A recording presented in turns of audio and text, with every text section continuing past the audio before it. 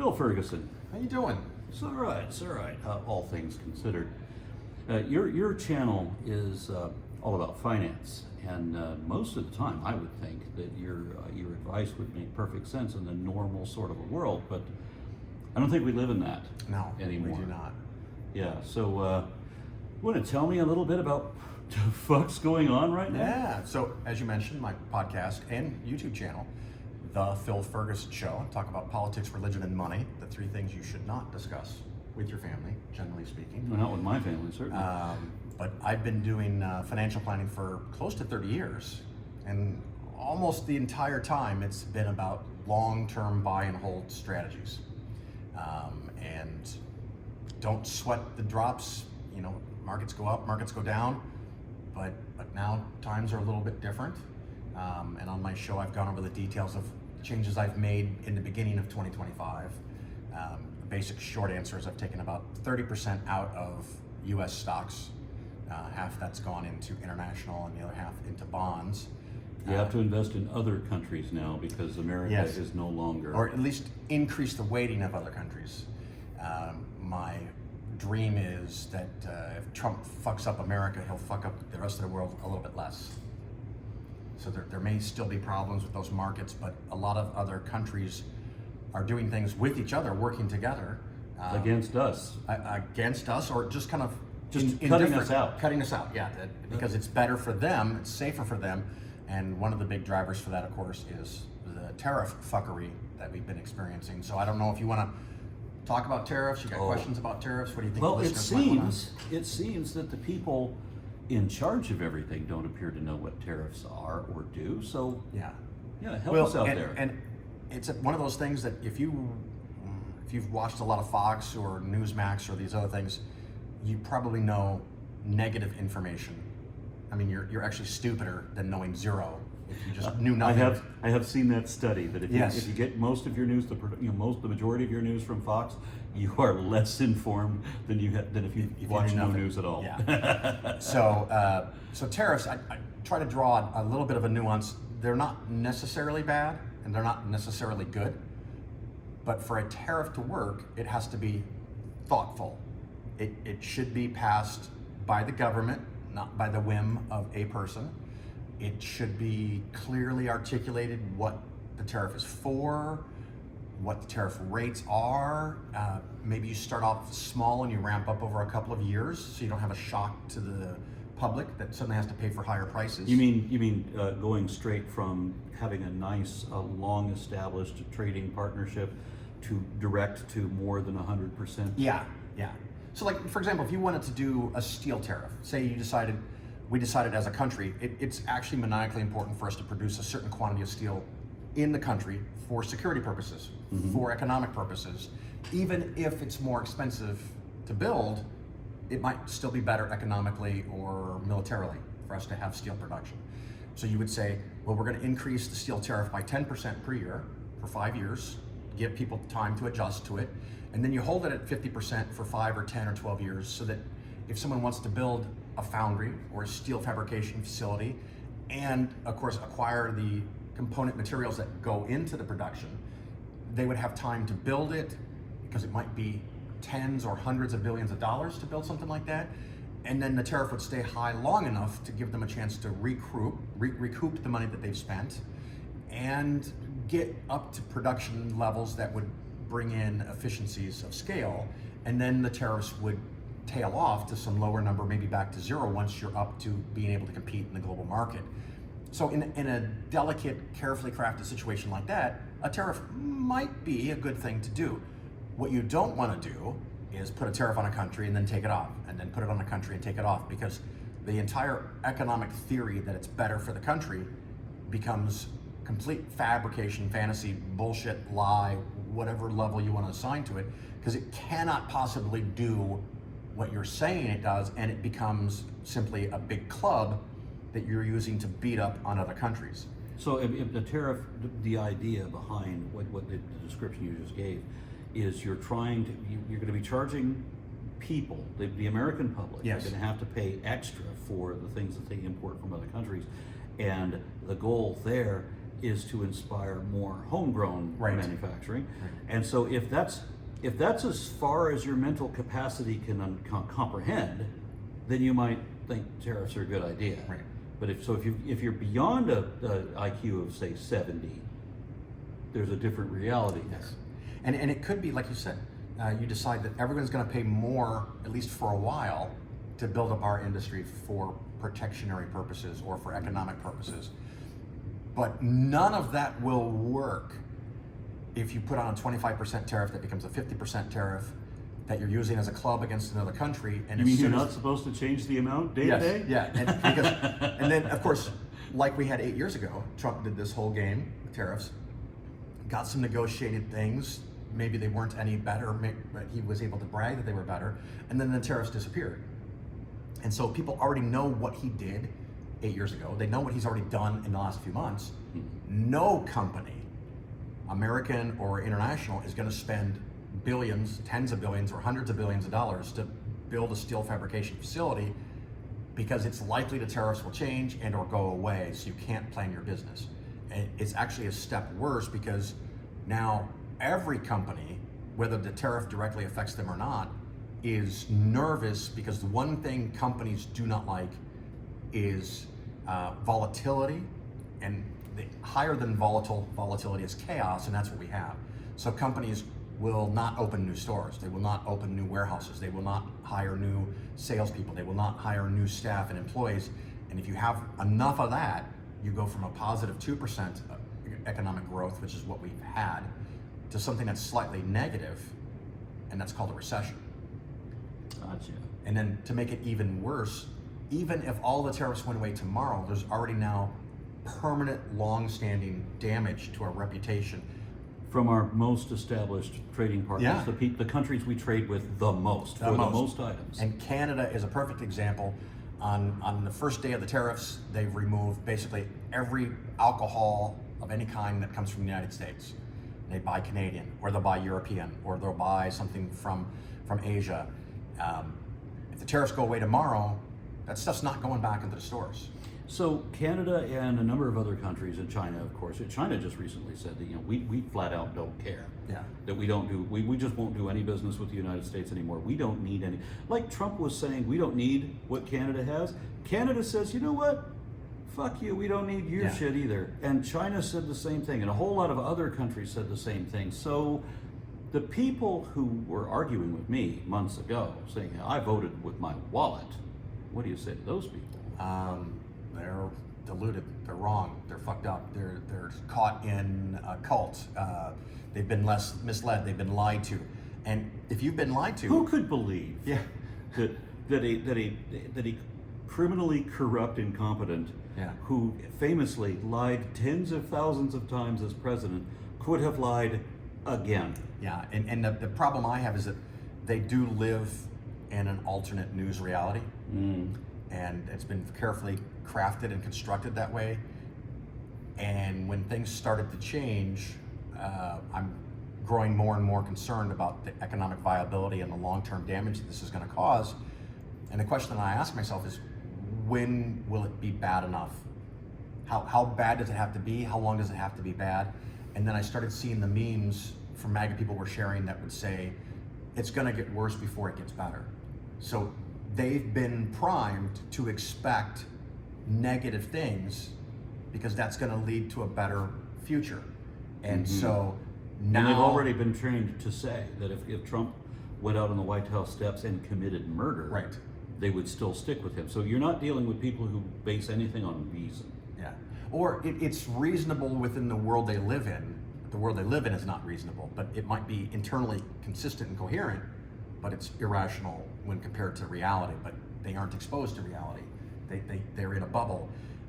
And so if you're okay with the market going down 20 or 30% because it leads to a greater, more powerful, stronger, safer America, that might be a reasonable price to pay, especially for the average American. Maybe half of the population, maybe 55 or 60% of the population, doesn't really have any material wealth in the stock market. So if the stock market goes down, they don't care. But when they lose their farm because USAID doesn't buy their crop this year, when their friends get fired, or when someone they care about gets deported. We're all seeing these things, and maybe we're sharing them on social media. The one thing that I've noticed about every one of the ones that I've seen is that these people get upset when they are personally hurt. And I would really, really ask these people and people like them to think about other people. Other people are getting hurt, and make it not just about you and this idea of I've got mine, fuck you attitude. We got to get past that. But we got to you get care about our understand, neighbors. you understand that when you have compassion for someone else Yeah. who has a problem that you don't have, there's a word for that. Yeah. It's called woke. Yeah. And it's apparently, according to Republicans, it's the compassion for other people, for problems you don't have, is the worst thing you can do. And different people will have a different political idea of how do we solve that problem. We stop using the word woke. Well, what are you going to use? You're going to use DEI? Well, and it doesn't matter what you say or how you say it. It'll become a buzzword in the propaganda. It'll be. They'll spin it around. So I don't think you can change. I don't think you can hide from it. I think you have to lean into it, and you have to own it, and you have to explain to people, we do DEI, we want DEI, we're going to, as a company, fucking do DEI, because when our staff has about 50% men and about 50% women, we make better products that appeal to more people, and we have better sales. As a company, we make more money. When we appeal to African Americans, when we appeal to people from Mexico or Venezuela or Cuba or Germany or Greenland or whatever, we sell more products. We make better products. We have better revenue. So that's the pitch to companies, because companies, what they do is generally make money. And in the past, in Generally, America, unless you're a certain CEO who has a history of not making money. Those exceptions aside, but the United States of America and other countries from time to time have different ethos of what a company is supposed to do. And right now, the company is supposed to make money, and that's it. So your argument has to be about that, while we still try to get people to consider other factors like the environment, like the staff, like other employees, like the consumer, and trying to make the world a better place while making some money. But it's not 100% always about maximizing the bottom line. Because once you can make a pretty good amount of money, that should be okay. And now let's worry about all the people that are involved. I live in Texas, and so I've seen, if you read the Republican Party platform, the national one, you'll get a sanitized, more sane version. But if you read the Texas specific, I've heard about it. Republican Party platform, theirs is off the charts, because they don't expect other people to be reading their shit. So they say the quiet part out loud. They want to exploit and everything, every resource. They want to consume all of the oil, all of the life in the Gulf of America. Yeah. They want to exploit all of that like in a year. Did you hear the new proposed name for the Gulf? No. It's the Gulf of Cuba, the United States, and Mexico, short for the Gulf of Cum. So I think that might catch on. It's got America in there. Yeah. Mexico, United States, America. But the way that they, when you read the Texas-specific Republican Party platform, the way that they want to exploit every resource, Yes. on land or sea, everything. They want to consume everything right damn now. Like within the next 4 years, deplete all of it. This is not having any concern about economic growth, much less ecology, the environment. This is like, this is why I think believers keep telling me that Jesus is going to come back any day now. We've had that for 2,000 years. Yes. To save us from our own irresponsibility and inability to see 5 years into the future. And you got into the exact same thing I was talking about earlier. What people believe affects what they do. And if people think Jesus is coming in a few years, use all the oil. Doesn't matter how many animals you kill or what forests you strip. If you think that what Trump is doing is some genius 4D chess or 5D chess, whatever the fuck that's supposed to mean. From a man who can't play checkers. Yeah, it's gonna solve all these problems. I'm waiting for Fox News to go interview some guy named Bubba in Mississippi who's been evicted from his trailer and has lost his only job, the only job you can have in that town, and he comes out and makes himself out like a World War II veteran that he's given his life so that America can be a better country because of his sacrifice, because that's what these people are thinking. And so my problem, at least with the stock market, with the financial investment stuff, is I'm not saying panic, it's not Chicken Little here, but prepare yourself for retirement, have a little bit more of a cushion than you might normally want to have, and contemplate how bad does it have to be, how long does it have to be bad, and how many people have to be personally hurt around the MAGA people for them to go, oh, wait a minute.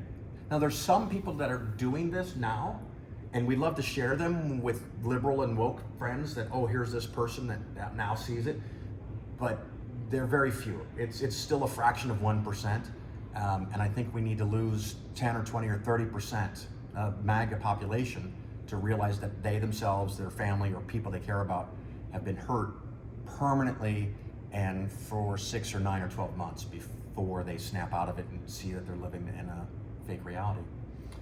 It is a frustrating thing trying to reach some, because a lot of my family have bought into that, Yes. and then they've already been so attuned to waiting indefinitely for the return of Christ, for example, who said he was going to be here very soon. Within a lifetime. While some of these people that are still, while some of you here standing here, will not even taste of death until you see me return on the right hand of power, coming in the clouds and all that shit. Yeah. And here it is, 2,000 years. All those other people are dead, and we're still waiting. You're still munching on the breadsticks. Yeah. He ain't coming. And if you're primed to believe that, if you're primed to believe all these conspiracy theories, because I've been having a lot of these battles, as you know, a long time, like you've been doing this a long time, I don't know, 18, 20 years. I think it's worse today than it was 18, 20 years ago. Mm-hmm. And I don't know. I worry that there might need to be some kind of national reckoning where, I don't know, Great Depression kind of level thing, but stuff's gonna have to go off the rails significantly enough for people to snap out of it. At some point, the propaganda channels have to admit that instead of trying to spin everything that 5D chess, Yeah. no, he's a criminally corrupt incompetent. We put everything into the hands of a mentally deranged maniac who has failed every business he's ever run. Yes. The fuck was wrong with us? What were we thinking when we put that also in charge? And the thing I can ask viewers to look up is look up the formula that was used to calculate the reciprocal tariffs on virtually every country around the world, including a country that is an island full of penguins. And It's not just one, there's multiple. yeah, including an island that the only thing that's on it is a U.S. military base. We're going to tariff our own U.S. military base. But the logic behind the formula is at best profoundly incompetent, deranged, suicidal. I don't know. It's beyond comprehension that they thought this was a good idea and they rolled it out. He thinks, and he says at least, that he thinks that other countries are going to be calling him desperate to make deals because they can't do without our Right. business. The planet is making their own deals. Yes. And leaving us completely out of it. It's going to be like before Columbus. Yeah. And I heard someone else, I wish I knew who said it first because I'm stealing it. A trade deficit is not what Donald Trump thinks it is. A trade deficit is not what the conservative media thinks it is. Another way to look at a trade deficit is people in another country make stuff. They use their resources, they use their labor, they use their time, energy, and efforts to build something that they sell to us. And all of that material, all of that time, all of that energy, and what do they get in return? They get in return something we printed. A piece of green paper that's got a US president on it, and they accept that because they believe it has value. If you fuck up these relationships enough, and you get people of the world to the point that they don't see value in US dollars, we're in deep shit. Didn't China, or no, Japan, So you're already? thinking of the bonds? Yes. And the beautiful thing about that, it's only come out in the last couple of days when Trump came out and said, our tariffs are working so great, we're gonna pause them for 90 days, which is just a straight up lie. What had happened behind the scenes, a dozen countries, Japan, Canada, and many countries in Europe got together and had been slowly selling US bonds because they thought that might be the best way to get attention from Trump, from the president, that they still have some power involved in the global markets. They had been doing that for days, and then right before the tariffs got suspended, well, most of them, for 90 days, the bulk of the market, the trading market, found out that these countries had been doing that, which accounted for increased volume in the bond market. And when there's more sellers and the same number of buyers, supply and demand dictates that the price goes down. And the price went down for US bonds almost 10% overnight. And the yields went up. So 10-year bonds went from 3.9 to 4.6%. And you might think, whatever, what does that matter? Well, the United States pays for its debt by borrowing money by selling bonds to Americans and other countries around the world. About 30% of our bonds are sold internationally. If international countries and international wealthy organizations stop buying US bonds, and even worse, if they start selling the ones that they have, then the interest rates go up. The single biggest budget item for the United States government is either the military or debt service, which means paying the interest rates on the bonds. If those bond interest rates go from 3 and 4% to 5 and 6 and 7%, that doubles that portion of the US budget. So if it's 30%, it becomes 60% overnight. And so they did that, got the attention of billionaires, who then went to Trump and said, you have to stop what you're doing. They didn't care that brown people were being shipped to a gulag in El Salvador.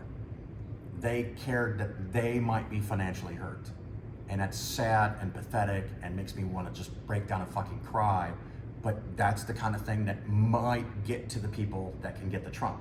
Wasn't the original plan that you collapse the economy, and when all these companies are belly up, you then buy back their stocks, or buy back your own stocks at dramatically reduced rates, and so the billionaires get richer, a whole lot more poor people become poorer, or middle class people become poor, and the billionaires come out on edge. I thought that that's why all of the billionaires were like supporting Trump. So, in a general sense, when people ask me, are the wealthy manipulating the stock market? Is somebody manipulating the stock market? I will tell them, fuck yeah. But that's not new. Maybe they're doing it better. Maybe they're doing it on a bigger scale. But the rich have always manipulated the markets. That's what they do. That's what rich people do. And one of the ways, generally, historically, for you to participate in the market without getting screwed is to not time the market, buy index funds, own everything. And so whatever wins and whatever loses, you get to participate in the system. And in the long run, that's the best way for you as an average human being to get the most money in the long run with a reasonably moderate level of risk. So you don't want to try to figure out what they're doing because they don't want you to figure out what they're doing. But what we have now is different. It's either on a grander scale, and I think there's some of that because there's always some of that, but I think we have a profound level of gross incompetence at the top, and he is surrounded by people that don't want to say anything because he'll call them a bad nickname, and they're just terrified and running scared like little children. And my question is, when does that stop? And does it stop soon enough that the permanent damage is not too bad? Yeah, there's definitely permanent damage, and as somebody my income relies entirely on donations. I have to patrons providing for me, and I think that relates to the effectiveness of my educational materials and my activism. And the educational material, they may have some evergreen factor, but as far as activism, I've been struggling. I've been clawing my way out of mud, out of quicksand, for decades, and my nose is going under. And not in this exact same situation as you, but my portfolio goes down when the market goes down, and my income goes down, because all of my clients' portfolios shrink when the markets go down. So not only does my portfolio go down, but my pay goes down at the same time. So I'm at least sympathetic to the fact that I might not be as well off in the near future as I have been in the past. But fingers crossed for better times. Things get fixed. Go talk to your representative, your senator, somebody. Run for an office, vote, donate money, scream out in a public square somewhere, and we gotta all do what we can. Outstanding. Very good to see you again, sir. Thank you so much. Always a pleasure. Trying times, man. Yep.